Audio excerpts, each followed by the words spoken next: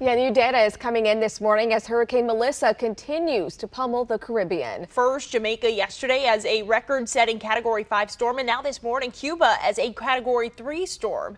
Meteorologist Joseph Neubauer bringing us the latest. Yeah, that's right. At about 2:10 Central, Hurricane Melissa made its second landfall in southeastern Cuba as a Category 3 hurricane, 120-mile-per-hour winds. Latest track weakening Melissa further over the Bahamas, but remaining a hurricane through at least the end of the week, potentially even bringing impacts to Bermuda by late Friday. A look back over the last 24 hours on Melissa on satellite shows its first and second landfalls in order. Melissa's first landfall etching its way into the record books by tying the Labor Day hurricane back in 1935 for the strongest landfalling Atlantic storm. That was at 185 miles per hour. Also had the third lowest pressure of any storm noted in the Atlantic and the second strongest winds outright ever recorded in the Atlantic basin. Impact left behind devastating from what we can see so far. It's still pretty early. The entire western side of Jamaica inundated with extreme flooding, a loss of 80% of the electricity across the island. Communications, access to clean water also remain out as well.